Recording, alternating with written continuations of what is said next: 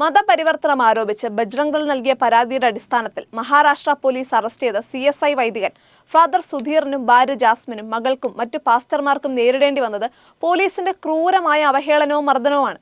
നിങ്ങൾ മതപരിവർത്തനം നടത്തുമോ? എന്തിന് സ്ഥാനചിഹ്നം ധരിച്ചുകൊണ്ട് ആഘോഷ പരിപാടിക്കെത്തി? ബൈബിൾ എന്തിനാണ് ഉപയോഗിക്കുന്നത് എന്നൊക്കെയാണ് പോലീസ് തന്നോടും പാസ്റ്റർമാരോടും ചോദിച്ചതെന്ന് ഫാദർ സുധീർ ദീപികയോട് പറഞ്ഞു. CSI സൗത്ത് കേരള മിഷന്റെ മഹാരാഷ്ട്രയിലെ അമരാവതി ജില്ലയിലെ ബറൂട്ട് താലൂക്കിലെ നാഗ്പൂർ മിഷനിലെ പള്ളിയിലാണ് ഫാദർ സുധീർ ജോൺ വില്യംസ് ശുശ്രൂഷ ചെയ്യുന്നത്. ഷിസോറി ഗ്രാമത്തിൽ താമസിക്കുന്നയാളും പള്ളിയിലെ അംഗവുമായ ഹൃദേശ് എന്ന വിശ്വാസിയുടെ ജന്മദിനാഘോഷത്തിൽ പങ്കെടുക്കുന്നതിനായി അദ്ദേഹം വിളിച്ചതനുസരിച്ചാണ് ഫാദർ സുധീറും ഭാര്യയും മകളും 3 പാസ്റ്റർമാരും 30-ന് വൈകുന്നേരം ഹൃദേശിന്റെ വീട്ടിലേക്ക് എത്തുന്നത്. വൈകുന്നേരം 6-ഓടെ വൈദിക സംഘം ഹൃദേശിന്റെ വീടിന് മുൻപിൽ തയ്യാറാക്കിയ ഷെഡിൽ ഒത്തുകൂടി. ക്രിസ്മസ് കാലമായതിനാൽ ക്രിസ്മസ് പാട്ടുകൾ പാടിയാണ് ജന്മദിനാഘോഷം പാസ്റ്റർമാർ പങ്കുവച്ചത്. തുടർന്ന് ഫാദർ സുധീർ കയ്യിൽ കരുതിയിരുന്ന ബൈബിൾ വായിക്കുകയും വചനം പങ്കുവച്ച് ജന്മദിന സന്ദേശം നൽകുകയും ചെയ്തു. ഈ സമയത്ത് കരോൾ ഗാനങ്ങൾ പാടി അവിടെ കൂടിയിരുന്ന എല്ലാവരും നൃത്തം വെച്ച് ജന്മദിനാഘോഷം മനോഹരമാക്കി. ഈ സമയം ഒരു സംഘം ആളുകൾ നൃത്തവും ചടങ്ങുകളും വീഡിയോയിൽ പകർത്തുന്നത് ശ്രദ്ധിച്ചു. ഉടൻ നൃത്തം അവസാനിപ്പിച്ച് എല്ലാവരും ഭക്ഷണം കഴിക്കാൻ വീടിനുള്ളിലേക്ക് കയറി.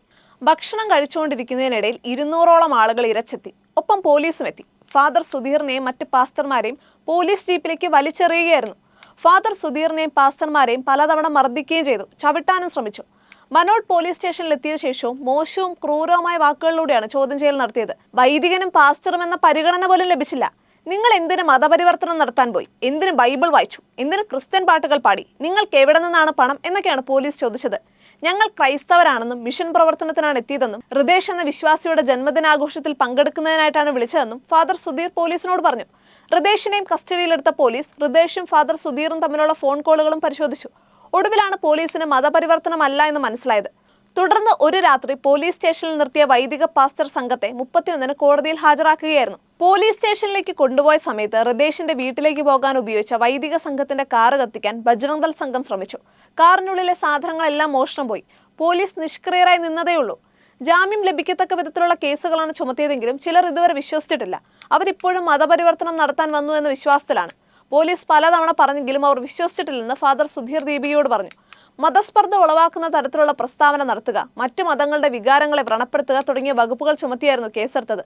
ഒരു വിശ്വാസിയുടെ ജന്മദിനാഘോഷത്തിൽ പങ്കെടുക്കുന്നതും അവിടെ ബൈബിൾ വായിക്കുന്നതും ചെറിയ സന്ദേശം നൽകുന്നതും എങ്ങനെ മതപരിവർത്തനമാകുമെന്നാണ് ഫാദർ സുധീർ ചോദിക്കുന്നത്.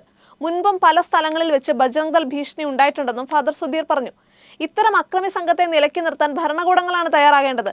മിഷൻ പ്രവർത്തനവും ക്രിസ്തീയ വിശ്വാസത്തിൽ അധിഷ്ഠിതമായ ജീവിതവും നയിക്കുന്നവർക്ക് ഭരണഘടന അനുശാസിക്കുന്ന എല്ലാ അവകാശങ്ങളും നൽകാൻ ഭരണകൂടം ബാധ്യസ്ഥമാണെന്നും ഫാദർ സുധീർ പറഞ്ഞു. എല്ലാ തിങ്കളാഴ്ചയും പോലീസ് സ്റ്റേഷനിൽ ഹാജരാകണമെന്ന വ്യവസ്ഥയിലാണ് ജാമ്യം അനുവദിച്ചത്. 13-ന് കേസ് വീണ്ടും കോടതി പരിഗണിക്കും. തുടർ നടപടികൾ CSI സഭാ അധികൃതരുമായി ചേർന്ന് തീരുമാനിക്കുമെന്നും ഫാദർ സുധീർ ദീപികയോട് പറഞ്ഞു.